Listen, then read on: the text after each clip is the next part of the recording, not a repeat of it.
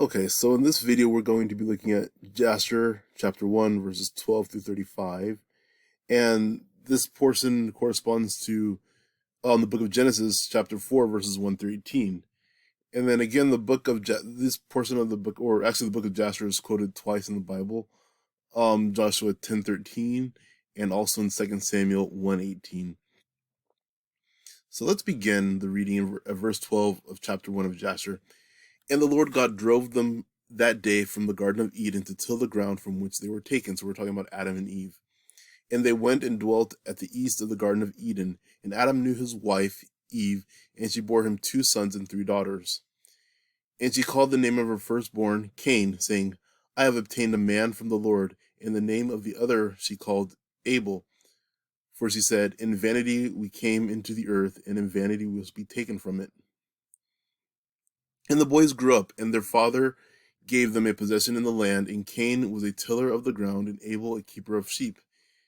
And it was at the expiration of a few years that they brought an approximating offering to the Lord. And Cain brought from the fruit of the ground, and Abel brought from the firstlings of his flock, from the fat thereof. And God turned and inclined to Abel and his offering, and a fire came down from the Lord from heaven and consumed it. And unto Cain and his offering the Lord did not turn, and he did not incline to it, for he had brought from the inferior fruit of the ground before the Lord. And Cain was jealous against his brother Abel on account of this, and he sought a pretext to slay him. And in some time after, Cain and Abel his brother went one day into the field to do their work, and they were both in the field, Cain tilling and plowing his ground, and Abel feeding his flock. And the flock passed that part which Cain had plowed in the ground, and it sorely grieved Cain on this account. And Cain approached his brother Abel in anger, and he said unto him, What is there between me and thee, that thou comest to dwell and bring thy flock to feed in my land? And Abel answered his brother Cain and said unto him, What is there between me and thee, that thou shalt eat the flesh of my flock and clothe thyself with their wool? And now therefore put off the wool my sheep with which thou hast clothed thyself, and recompense me for their fruit and flesh which thou hast eaten. And when thou shalt have done this, I will then go to thy land as thou hast said. And Cain said to his brother Abel, Surely if I slay thee this day, who will require thy blood for me? And Abel answered Cain, saying, Surely God who has made us in the earth will avenge my cause, and he will require my blood from thee shouldest thou slay me. For the Lord is the judge and arbiter, and it is he who will requite man according to his evil, and the wicked man according to the wickedness that he may do upon earth. And now if thou shouldest slay me here, surely God knoweth thy secret views, and will judge thee for the evil which thou didst declare to do unto me this day. And when Cain heard the words which Abel his brother had spoken, behold, the anger of Cain was kindled against his brother Abel for declaring this thing. And Cain hastened and rose up and took the iron part of his plowing instrument, with which he suddenly smote his brother, and he slew him. And Cain spilt the blood of his brother Abel upon the earth, and the blood of Abel streamed upon the earth before the flock. And after this, Cain repented, having slain his brother, and he was sadly grieved, and he wept over him, and it vexed him exceedingly. And Cain rose up and dug a hole in the field, wherein he put his brother's body, and he turned the dust over it. And the Lord knew what Cain had done to his brother, and the Lord appeared to Cain and said unto him, Where is Abel thy brother that was with thee? And Cain dissembled and said, I do not know. Am I my brother's keeper?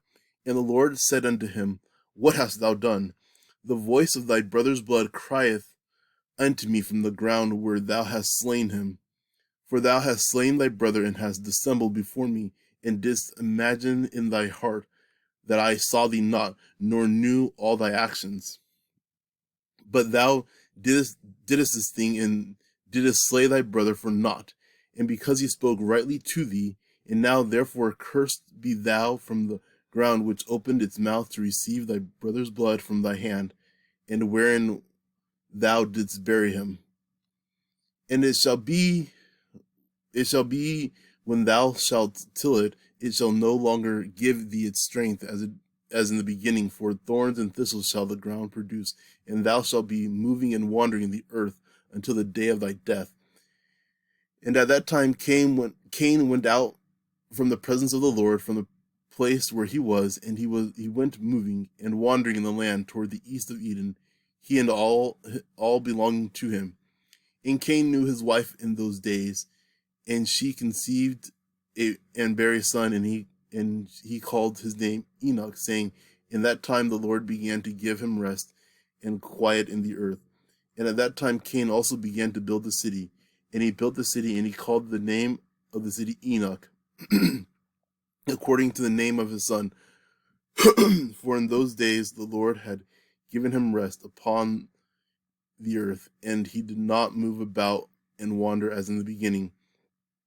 And Irad was born to Enoch, and Irad begat Metuel, and Metuel begat Methusael. Okay, so let's do a little bit of comparing and contrasting. So we see in Genesis chapter 4, in Genesis chapter 4, we see that Adam, that Cain, kind of details in verse 2, Cain and Abel's jobs. But then in the book of Jasher, it just kind of emphasizes the point that Adam gave Cain and Abel the land in which they were to work, right? So it's kind of like Adam's dominion over the land that he was able to, he was actually licensed to give that land to his sons.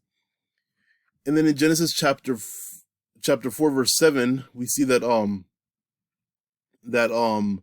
God gives a warning to Cain. It says, if you look in verse 7, it says look, after the offering, God warns Cain that, look, this jealousy that's in your heart, or he said, look, sin lieth at the door, and you need to take dominion over it, or it's going to dominate you. That's a rough paraphrase, but you can look at Genesis chapter 4 verse 7, and then you'll see God's warning to Cain, but that warning is not in the book of Jasher, what we just read. And then also in the book of Jasher, there's an interesting detail of how God answers with fire to Abel's offering. So in Genesis it doesn't mention that, but in Jasher it does. And then in Genesis chapter 4, verses 11 through 15, God pretty much gives Cain his judgment for having killed his brother. And there's it's quite a dialogue actually between God and Cain. God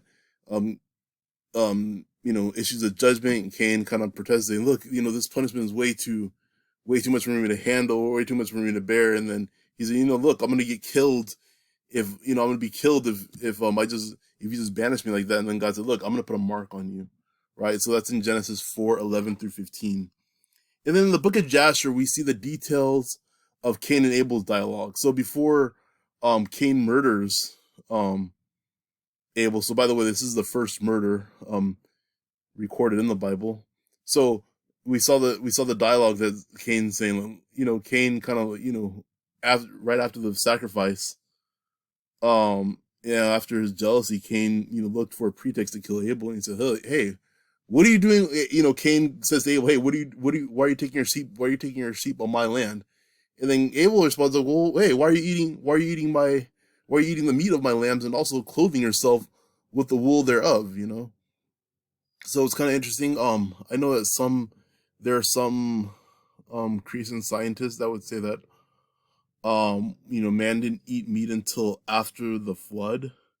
I think the book of Jasher kind of says indicates otherwise, based on the dialogue between Cain and Abel, because Abel answers Cain, says, hey, you're eating my sheep, you're clothing yourself with the wool of my sheep. So hey, we're in a symbiotic relationship, right? I depend on you, you depend on me. So obviously this really just angered Cain even more. So I guess the questions I like to put forth to to the viewers is, hey, is this book inspired? Should it be in the Bible?